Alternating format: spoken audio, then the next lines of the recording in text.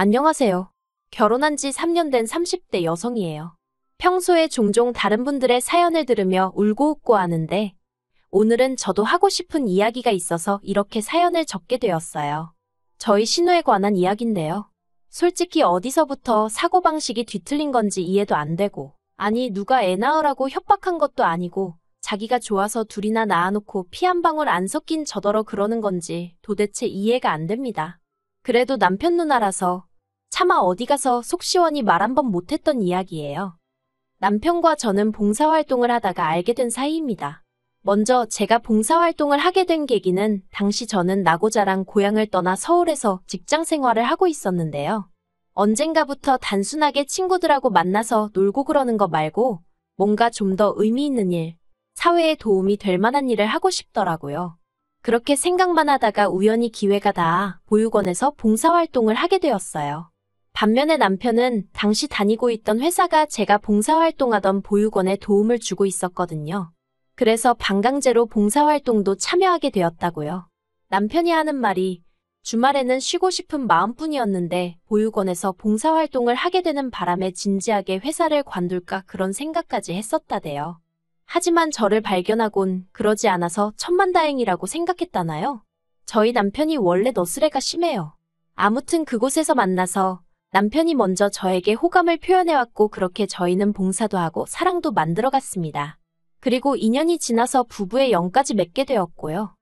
결혼 당시 시댁이나 친정에서 크게 도움을 받은 건 없어요.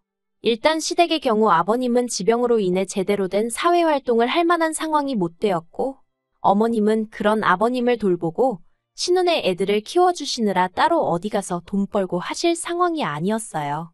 그나마 신혼의 애들 봐주는 조건으로 다달이 100만 원씩 받고 계셨는데 그 돈하고 저희 남편이 드리던 용돈 30만 원하고 해서 총 130만 원으로 생활을 이어가신다 들었습니다.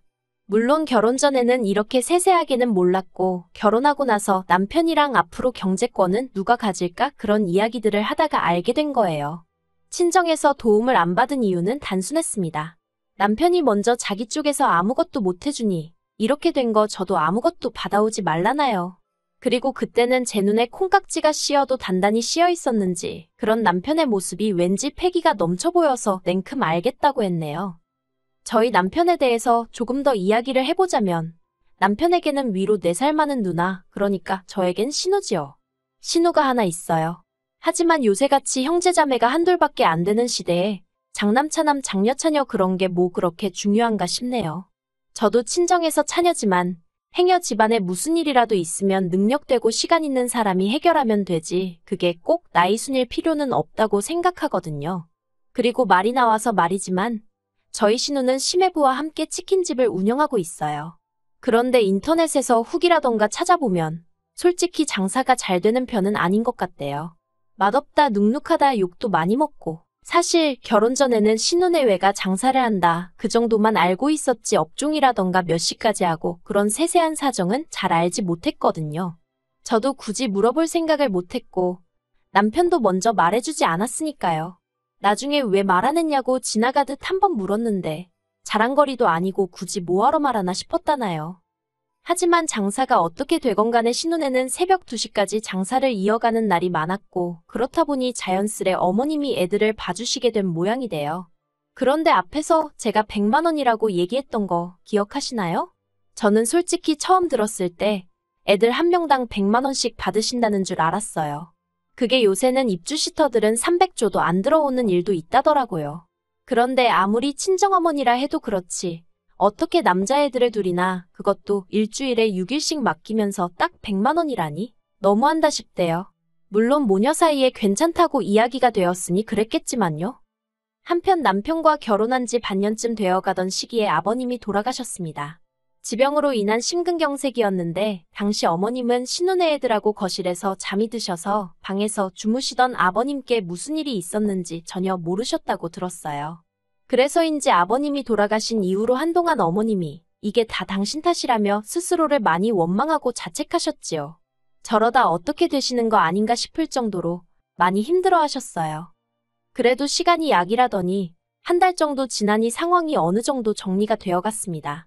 어머님도 전보다는 훨씬 안정적인 모습을 보이셨고요. 그래서 다행이다 싶었는데 엄밀히 말하면 그래도 저는 남이고 남편은 자식이라 그런지 그런 어머님을 여전히 불안하게 보는 눈치였어요. 그리고 남편이 저한테 대놓고 말하지는 않았지만 혼자 되신 어머님을 저희 집으로 모시고 오고 싶어 하는 것 같대요. 하지만 제가 못된 건지 남편이 먼저 직접적으로 저에게 묻기 전까지는 굳이 제가 나서서 우리가 어머님 모실까? 그런 이야기는 하고 싶지 않았습니다. 솔직히 아무리 어머님이랑 저랑 특별히 나쁜 사이는 아니었다고 하더라도 한 집에서 같이 사는 건 꿈에서도 생각해 본 적이 없던 일이라 엄두가 안 났거든요. 그러다 결국 하루는 퇴근한 남편이 할 말이 있다면서 평소에는 잘 마시지도 않는 소주까지 사들고 집에 왔대요. 그리고 아니나 다를까? 역시나 남편이 합가 이야기를 꺼냈습니다. 우리가 결혼도 반반했고 효도도 셀프로 하기로 하긴 했지만 그래도 지금은 특수한 상황이지 않냐면서 이번 한 번만 자기 입장에서 생각해주면 안 되겠냐고요. 솔직히 그런 남편의 이야기를 듣고 있으니 마음이 많이 복잡해지대요. 사랑하는 남편이 힘들어하니 나 죽었다 치고 눈 딱 감고 그냥 어머님이랑 같이 살자고 할까? 그런 생각도 들었다가 동시에 그랬다가 네 팔자 네가 꼰 거라는 소리나 듣게 되는 거 아닌가? 그 짧은 시간 동안 별의별 생각들이 다 들었지요. 하지만 저도 부모님이 계시고 저희 부모님이라고 천년만년 건강하실 거란 보장은 없잖아요. 언젠가 저도 남편의 양해와 이해가 필요할지도 모르는 일이고요. 그래서 결국 무조건 안 된다 하는 대신 어머님하고 앞으로 몇 달이나 같이 지내자는 거냐고 물었습니다. 솔직히 제가 속으로 기대한 건 1, 2년 정도였고 막말로 어머님 돌아가실 때까지 모셔야 한다고 하면 그건 싫다고 해야겠다고 생각했어요. 그런데 남편이 화색을 보이며 일단 1년 정도 살아보고 같이 더 살지 말지는 그때 가서 정하면 안 되겠냐대요. 제 말은 그런 뜻이 아니었는데 아차 싶었습니다. 하지만 너무 기뻐하는 남편을 보고 있으니 싫다 소리를 참아 못하겠더라고요. 그래서 일단은 알겠다고 한번 생각해보겠다 했지요. 그런데 그와 동시에 벼랑간 머릿속을 스치며 그럼 형님네 애들은 어떻게 되는 건가 하는 생각이 들었습니다. 신혼의 애들은 초등학생들로 학원도 다니질 않아서 모든 시간을 어머님네서 보내고 있었거든요. 그런데 저희 집으로 어머님이 오시게 되면 걔들 저녁은 어떡하나 뜬금없지만 그런 걱정이 되대요. 그래서 남편더러 신혼의 애들은 그럼 이제 어디로 가냐고 물었습니다. 그랬더니 남편이 마치 제가 이상한 질문이라도 한다는 듯 쳐다보더니 애들도 여기로 와야지 그러는 게 아니겠어요? 순간 저는 말 그대로 멘붕이었습니다. 정신이 나갈 정도로 얼떨떨했달까요?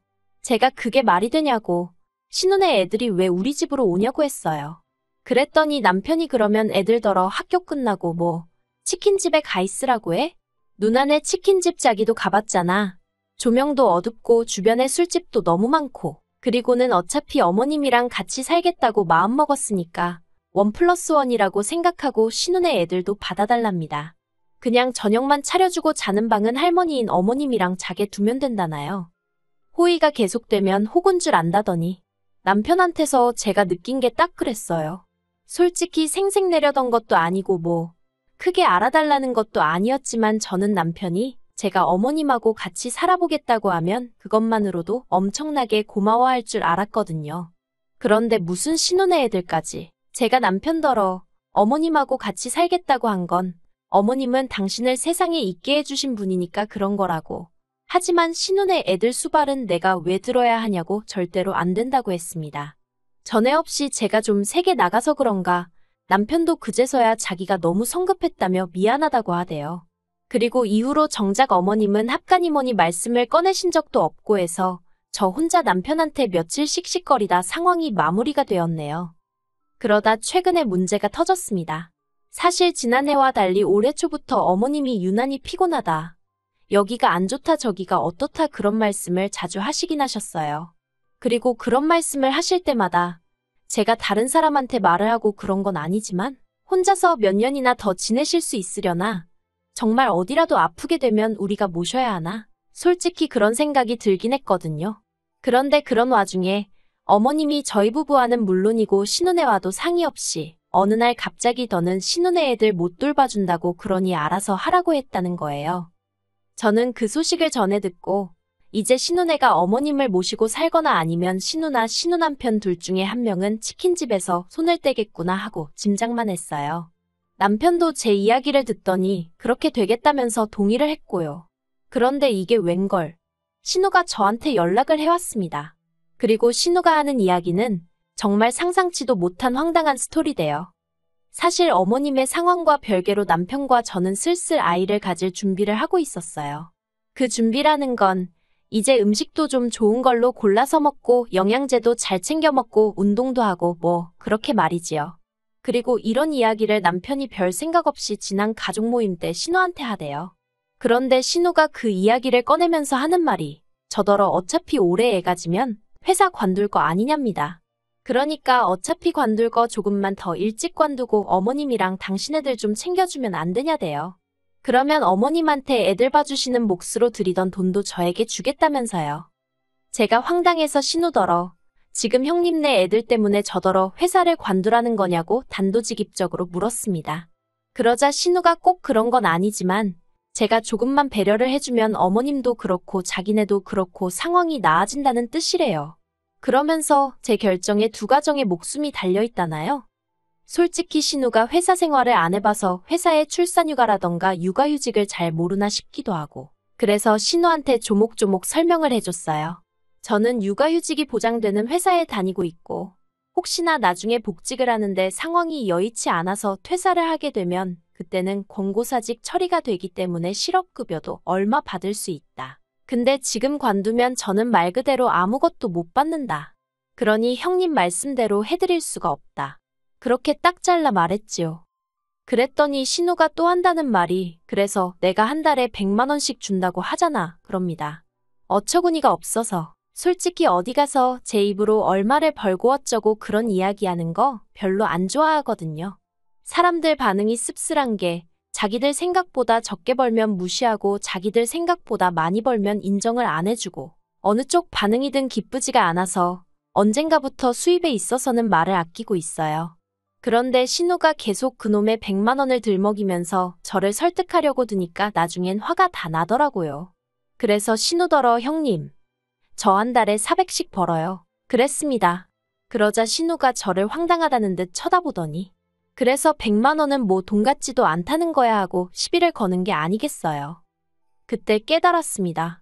지금 신우랑 아무리 이야기를 해도 해결되는 일은 하나도 없이 나 혼자 화만 나겠다는 사실을요. 그래서 신우더러 순리대로 살라고 했습니다.